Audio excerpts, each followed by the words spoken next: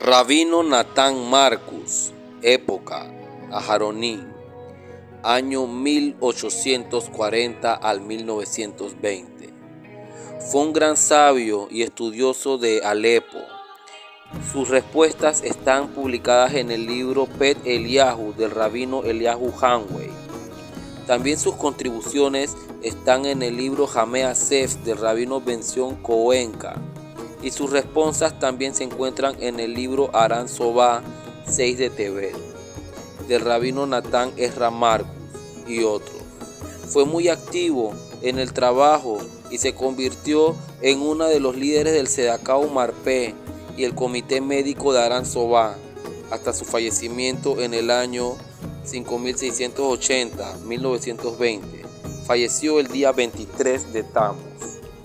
Su gran reputación como filántropo y un gran estudioso era muy conocida por todos en Siria.